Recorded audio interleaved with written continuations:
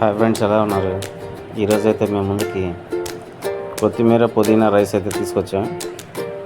దీని రెసిపీకి కావాల్సినవి ఏంటంటే టమోటా, ఎర్రగడ్డ, ఉల్లగడ్డ, క్యారెట్ అయితే నేను తీసుకున్నాను. మీకు కావాలంటే కొన్ని వెజిటేబుల్స్ వేసుకోండి.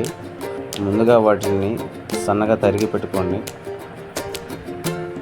మీకు కావాల్సిన సైజులో కొంచెం సన్నగా అయితే టేస్ట్గా బాగుంటుంది, తొందరగా ఉడుకుతుంది. తర్వాత మసాలాకు కావాల్సిన అయితే రెడీ చేసుకోవాలి. దాంట్లోకి పచ్చిమిర్చి, పుదీనా, కొత్తిమీర, అల్లం, తెల్లగడ్డ, దాల్చిన చెక్క ఇవైతే రెడీ చేసుకోండి. ముందుకైతే బాగా కడిగిన పుదీనా, కొత్తిమీర మిక్సీలో అయితే వేసేసుకున్నాం. తర్వాత కొన్ని పచ్చిమిరపకాయలు అయితే వేసుకోండి, మీకు తగినంత కారాన్ని తగ్గట్టుగా. తర్వాత వెల్లుల్లి, అల్లం, దాల్చిన చెక్క, పట్టా మొగ్గ వేసుకొని కొంచెం సాల్ట్ అయితే వేసుకోండి. దీన్ని బాగా మెత్తగా ఎలాగా మిక్సీ పెట్టుకోండి. అలా పేస్ట్ లాగా అయిన తర్వాత దీన్ని మొత్తాన్ని ఒక బౌల్లో తీసి పెట్టుకోండి. ఈ లోపల మనకు కావాల్సింది మనం దేంట్లో అయితే రెడీ చేసుకుంటామో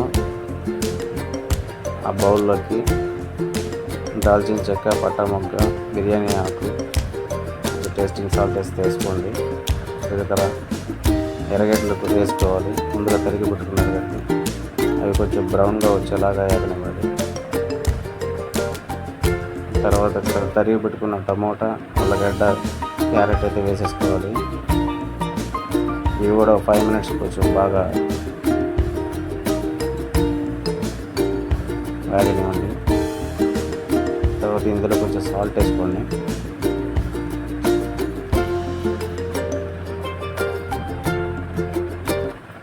తర్వాత ముందుగా మనం తీసి పెట్టుకున్న పుదీనా, కొత్తిమీర పేస్ట్ ఉంది కదండి, అది దీంట్లో వేసి వీటికి బాగా అప్లై అయ్యేలా బాగా కలపండి.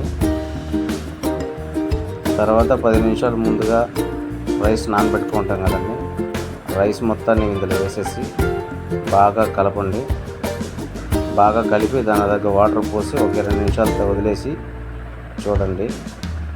గుమగుమలాడి పుదీనా రైస్ రెడీగా ఉంటుంది.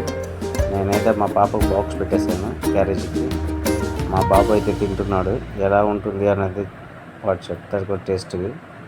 వాడికైతే ఎక్సలెంట్ నచ్చింది. Please subscribe.